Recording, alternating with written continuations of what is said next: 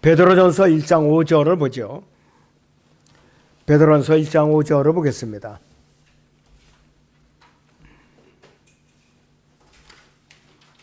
너희는 마지막 때에 나타내려고 예비하신 구원을 얻기 위하여 믿음으로 말미암아 하나님의 능력으로 보호받고 있느니라, 이렇게 말씀을 하고 있습니다. 그래서 제목은 마지막 때에 나타내려고 예비하신 구원의 의미가 무엇인가 말씀을 드리겠습니다. 그래서 이 본문은 이 그리스도인들의 경우에는요, 마지막 때에 주 예수 그리스도께서 공중 재림하실 때 하늘로 끌려 올라가도록 예비된 휴거와 관련된 말씀입니다. 그때까지 그리스도인들이 이 땅에서 믿음으로 말미암아 이루어진 구원 가운데서 하나님의 능력으로 보호받고 있는 것이, 예수 그리스도께서 이 땅에 다시 오실 때에 그것은 이 땅 위의 모든 사람들에게 공개적으로 나타나는 지상 재림이겠지만은 공중 재림의 경우에는 그리스도인들에게만 나타나셔요. 자, 그래서 공중 재림은 주 예수 그리스도 안에서 잠든 모든 성도들과 이 땅에 살아있는 모든 성도들을 대환란 바로 직전에 셋째 하늘로 들어올리는 휴거의 그 목적이 있는 것이에요. 디모데후서 4장 1절에 보면은 그러므로 내가 하나님과 주 예수 그리스도 곧 그가 나타나실 때 그의 왕국에서 산 자들과 죽은 자들을 심판하실 분 앞에서 네게 명하노니 라고 디모데에게 권면하고 있어요. 자, 여기서 산 자들은 예수 그리스도 안에서 영원한 생명을 갖고 살아있는 휴거하는 그 순간에 살아있는 성도들이에요, 바로. 그리고 우리는 구원받기 이전에 허물과 죄들 가운데 죽어서 있었지만은 예수 그리스도를 이 믿은 사실로 인해서 그분께서 살리셨기 때문에 산자들 가운데 한 사람이 된 거예요, 여러분들이. 여러분들이 살아있을 때나 예수님이 공중으로 데리러 오시면은 여러분들은 산자들 가운데 한 사람이에요. 그렇다면 여러분들이 예수님이 공중으로 데리러 오시기 전에 만약에 질병이나 사고나 또 명이 짧아서 육신의 몸이 끊어졌다 하면 어떻게 되느냐? 산자가 아니라 죽은 자예요, 바로. 자, 그래서 이 산자들에게 있어서 그가 나타나실 때는 바로 휴거의 시점에 해당이 되는 것이고, 이처럼 예수 그리스도의 나타나심은 휴거와 지상재림 두 가지로 분류를 하고 있습니다. 자, 그리스도인들에게는 그분의 나타나심이 곧 휴거로 말하는 것이에요. 그리스도인들은 절대로 대환란을 거치지 않기 때문에 이 땅에 남아 있을 수도 없고 남아 있어도 안 되는 것이에요, 바로. 그리스도인들은 대환란이 시작되기 직전에 셋째 하늘을 끌려 올라가서 이 땅에서 사라지게 돼 있어요. 아무리 많은 사람일지라도.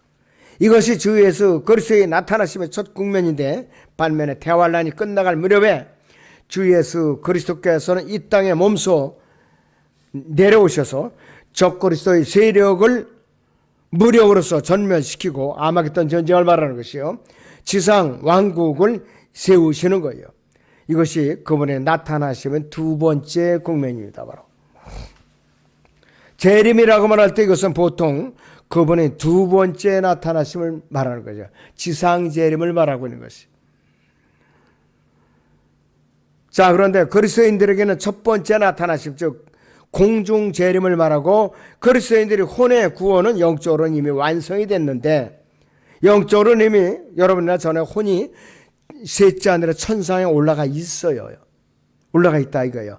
에베소서 2장 6절을 보죠. 성경 에베소 2장 6절을 보겠습니다.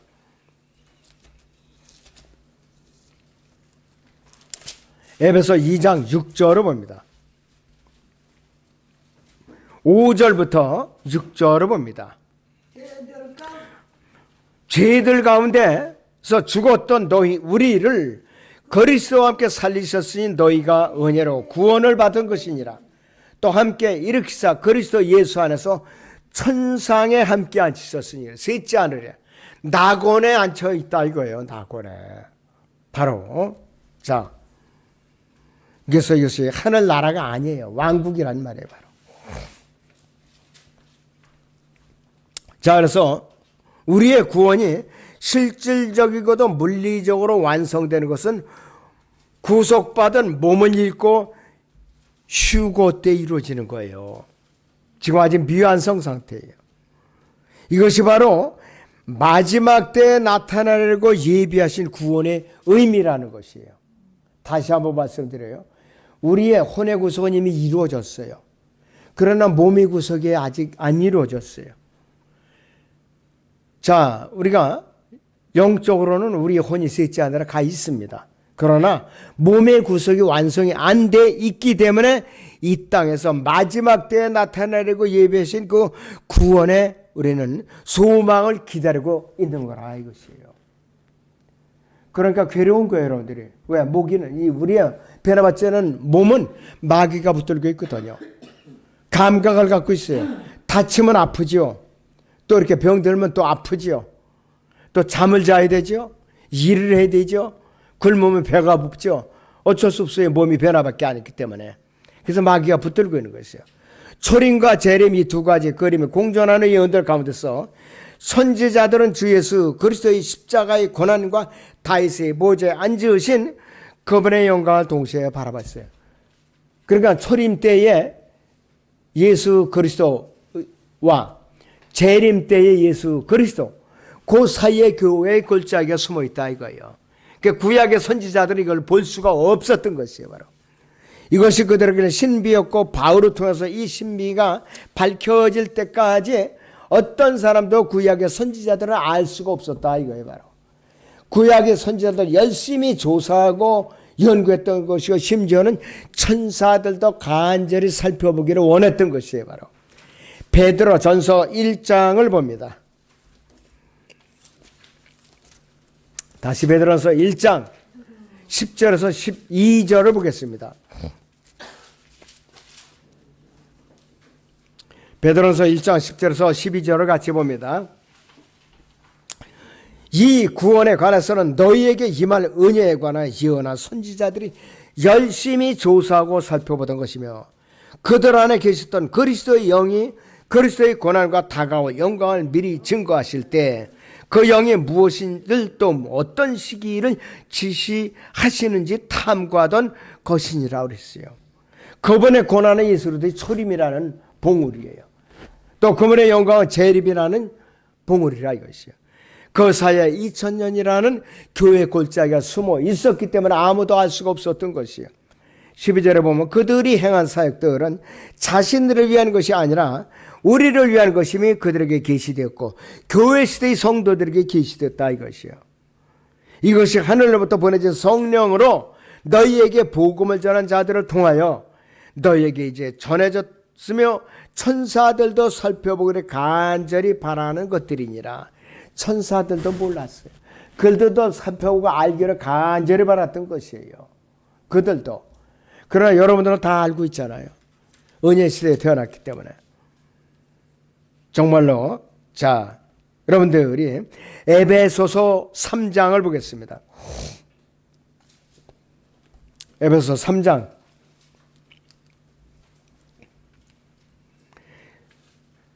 3절부터 6절을 보겠습니다.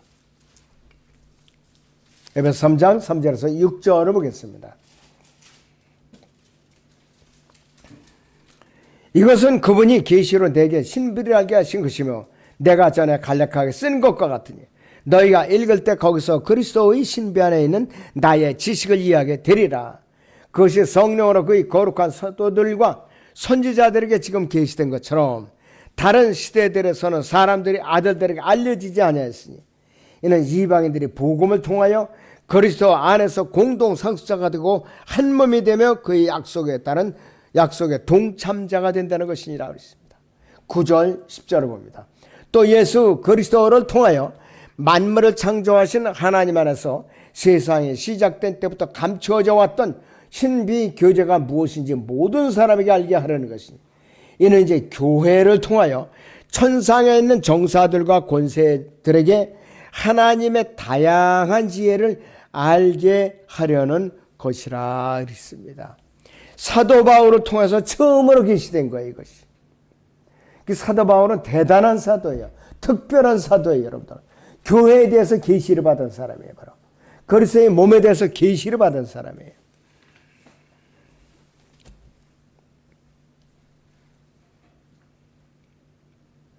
자, 그래서 이제 프린트를 다시 보시면은 중간 달력에 보시면은 베드로전서 2장 5절을 보시요. 너희도 산 돌들로서 영적인 집으로 지어지고 예수 그리스도로 인하여 하나님께서 기뻐하실 영적인 제물들을 드리는 거룩한 제사장이 되느니라 그랬습니다. 성도들이 어째서 돌들이냐면은 영적인 집으로 지어져서 올라가기 때문이에요.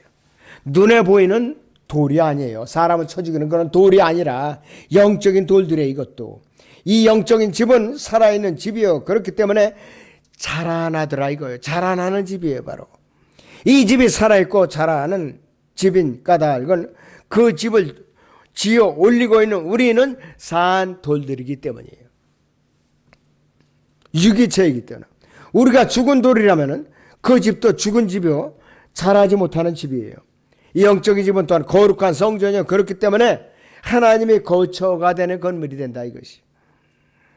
우리가 산 돌들이 되어서 지어져 올라가는 영적인 집, 즉 하나님의 거처인 그 거룩한 성전은 산 돌이신 예수 그리스도께서 친히 모퉁이 돌이 되셨고 우리는 그 모퉁이 돌에 알맞게 맞춰져 쌓아 올려져 가고 있다 이것이에요. 바로 그 기초는 사도들과 선지자들이다 이것이에요.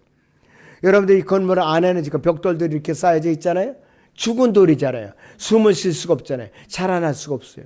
만약에 이것이 자라나고 있다. 큰일 나는 거예요. 이게 자라나면은. 이건 고정되어 있어야 돼요. 죽은 무기질로 그것은 형성되어 있어요. 그러나 온 우주적인 예수 그리스도의 몸은 영적인 집으로 계속 자라나고 있어요. 언제까지? 들림받는 그 순간까지. 그때의 완성이 되는 것이요 말이에요. 자, 그런데 정말로 이 귀중한 돌이 사람들로부터는 정령 버림을 받았던 돌이었는데 이 지어져 올라가는 거룩한 성전은 자라가면서 지어져 가고 있더라 이것이에요. 바로 그러니까 거듭나지 않은 세상 사람들 알 수가 없어요. 좀 미친 소리 한다고 그러지. 알 수가 없더라 이것이에요. 바로 그래서 우리는 모든 것이 끝나는 것이 아니라 자라가며 지어져 가고 있으면서 완성되고 나면은 그것으로 끝나는 것이 아니라 우리는 하나님께서 기뻐하실 영적인 제물들을 드리는 거룩한 제사장이 된다 이것이에요. 그리고 우리는 영적인 제사장이 되어서 하나님께 드린 영적인 제물들을 하나님께서 기뻐하시는 거예요.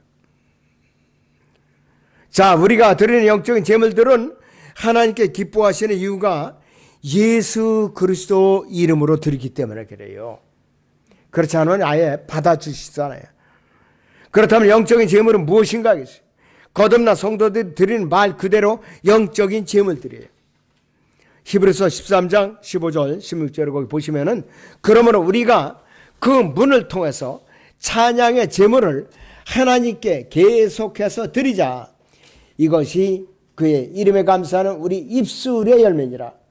또한 선을 행함과 함께 나누는 것을 잊지 말자. 하나님께서는 그러한 제물들을 기뻐하시느니라 이렇게 말씀을 하고 있어요. 첫째는 찬양의 제물입니다. 두 번째는 감사하고 세 번째는 선을 행하는 것과 네 번째는 함께 나누는 것. 하나님께서는 이러한 제물들을 기뻐하셔요. 그러니까 교회 안에서 인색하면 못 써요. 부족하도록 콩반쪽이라도 나눠서 먹을 줄 아는. 그러니까 함께 나누는 거 굉장히 중요한 거예요. 선행함도 그렇고. 그리고 우리가 찬양을 드리는데 인색해서는 안 돼요. 입을 꼭 다물고 있으면 그 사람은 찬양의 일꾼들이 아니에요. 우리는 영적인 제물들을 예수 그리스도를 통해서 드리는 거예요. 하나님께서 예수 그리스도로 인해서 그 제물들을 기뻐 받으시는 거예요. 그런데 이 영적인 제물들이요, 구약 시대에는 실물로 들었어요. 실물. 여러분들은 돈이 없어도 찬양을 드릴 수가 있어요. 구약에는 어림도 없어요. 실물을 갖다 드려야 돼요. 레위기 7장을 봅니다. 구약에서. 레위기 7장을 봅니다.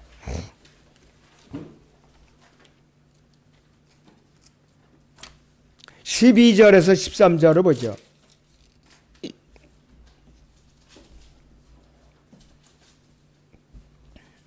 11절부터 13절까지 봅니다.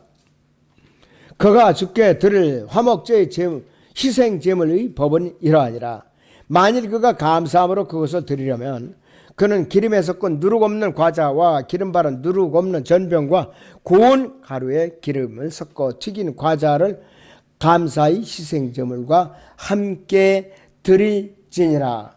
과자 외에도 그는 자기 제사를 위하여 누룩 있는 빵을 그의 화목제의 감사의 희생 제물과 함께 드릴지니라 그랬습니다.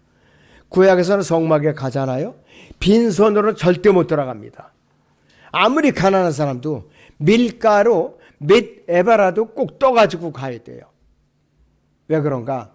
다 예수 그리스도의 희생제물들이에요. 전부. 모든 염소나 양이나 모든 것을 그렇다 다 예수 그리스도의 예표라 이거예요. 그러니까 여러분들이 신약시대에 태어나가 천만다행으로 하시고 감사하게 할 줄 알아요. 감사해야 돼요. 여러분들이. 지금 가난한 사람도 예수 그리스도의 이름으로 찬양을 드리고 감사를 드리고 우리는 또 그분께 중보기도를 드릴 수가 있다 이거예요. 얼마나 다행스러운 일이 이것이. 자, 영적 제물들 가운데서요, 우리가 누룩 있는 빵을 제물로 드린 것은 죄인의 입장에서는 화목제의 감사의 희생제물로 드렸기 때문인데 죄인은 완전 무결할 수가 없어요. 완전 무결하지 못하기 때문에 제물도처럼 온전하지 못한 누룩 있는 빵을 드려버렸어. 자, 자신이 완전하지 못함을 제물로서 고백을 했다 이것이에요. 구약에서는 누룩 있는 빵도 드렸어요. 누룩 있는 빵도. 자, 욥은 자식들과 재산들은 모두 일세 잃어버리고 나서 주신 분도 주시오 빼앗아가신 분도 주시니 주의 이름을 송축하나이다 이렇게 고백을 했어요. 욥이 하나님께 드렸던 누룩 없는 희생 제물을 드렸는데 우리도 누룩 없는 온전한 희생 제물을 드리려면은 욥처럼 온전해져야 되는데 불가능한 일이에요. 이거는 안 된다 이것이. 인간은 언제나 완전할 수가 없어요. 우리는 모든 것을 잃고 나서도 하나님을 송축할 수 없을 만큼 우리는 도무지 완전할 수가 없어요. 몸의 구속을 받지 않는데 어떻게 완전할 수가 있느냐.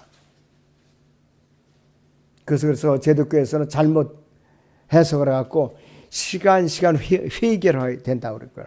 그러면은 우리가 낙원에는 언제 들어가는가? 못 들어가는 거예요. 그래서 마귀는 우리에게 그래서 우리는 모든 것을 잃고 나서도 하나님을 송축할 수 있을 만큼 완전했던 욥은 또 시간이 지나감에 따라서 온전함을 무너뜨리고 말하는데 마귀는 우리에게 시간이라는 걸 줘요. 그래갖고 우리 스스로 온전함을 무너뜨리도록 시간을 줘서 스스로 무너지게 만들어요. 욥이 주신 분도 주시오 빼앗아가신 분도 주시니 주의 이름을 송축하나이다 라고 말한 다음에 곧바로 죽어서 셋째 날에 낙원으로 갔다면은 그는 이 땅에서 온전함을 그대로 간직할 수 있었을 거예요. 그런데 그가 일주일 만에 입을 열어갖고 첫 마디가 그의 나를 저주하고 말았죠.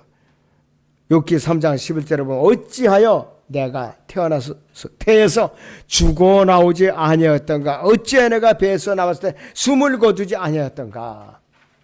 자기 스스로 저주를 하고 말았어요.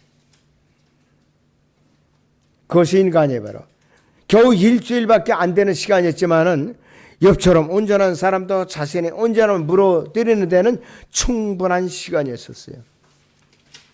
갈보리 십자가에서 예수 그리스도 양쪽에 십자가 달린 두 강도 중에 한 강도는 주여 오늘 주의 왕국에 있거든 나를 기억하여 주셔서 했을 때에 예수님께서는 오늘 네가 나와 함께 낙원에 있으리라 했습니다. 그 한쪽 강도는 그 말을 듣고 바로 죽었어요. 그 사람은 시간이라는 것이 주어지지 않기 때문에 예수님을 부인하고 죄를 지을 시간도 없이 곧바로 낙원으로 간 유일한 사람이에요. 사람으로 치고는. 그 복 있는 사람이에요. 세상에서 따라서 살인 강도하고 뭐 못된 짓을 했으라도 한쪽 강도는 예수를 끝까지 저주하고 욕을 퍼붓고 그 사람은 지옥을 갔다 이것이 바로. 자, 그래서 우리가 아무리 온전하려고 애를 써도 하루 24시간 1년 내내 일생 동안 어떻게 온전함을 유지할 수가 있는가. 불가능한 거라 이것이에요 바로. 우리가 아무리 발버둥 쳐도 하나님과 온전한 교제 속에 있는 순간만을 제외하고는 온전한 상태를 유지할 수가 없어요. 우리가 드리는 감사의 희생제물도 누르기는 빵처럼 온전한 제물일 수가 없다 이것이에요. 어떤 교회 목사님이 이런 간증을 하더라고요. 요 제단 앞에 있으면서 자백하고 울부짖으면은 자기가 죄에서 벗어날 수가 있다고 그러더라고요. 근데 이제 말로 이 성전 바깥 나가면 그때부터 그냥 죄를 짓는 자기가 일꾼이라고 그러더라고요. 그래서 자기가 세간살이까지 할 수만 있다면 제단 위로 다 끌고 올라오고 싶다는 그런 가지고 하는 사람도 있어요. 오죽 육신이 연약했으면. 이게 농담이 아니에요. 귀담아 들을 일이에요.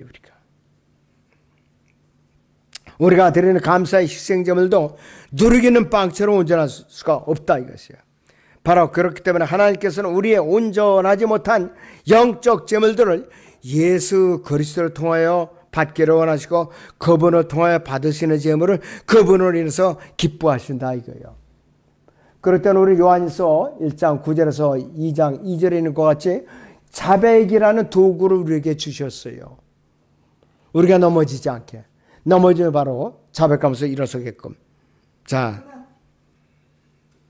네, 그렇기 때문에 우리는 몸의 구속을 받기까지는 늘 온전할 수가 없어요. 온전할 수가 없다 이거. 자, 베드로 전서 1장 5절을 다 같이 큰 소리로 읽습니다. 베드로전서 1장 5절을 큰 소리로 읽습니다. 여기 시작. 너희는 마지막 때에 나타내려고 예비하신 구원을 얻기 위하여 믿음으로 말미암아 하나님의 능력으로 보호받고 있느니라 그랬습니다. 하나님의 능력으로 보호받지 있죠. 여러분들은 엉망진창이 되어야 돼요. 천만다행으로 하셔야 돼요.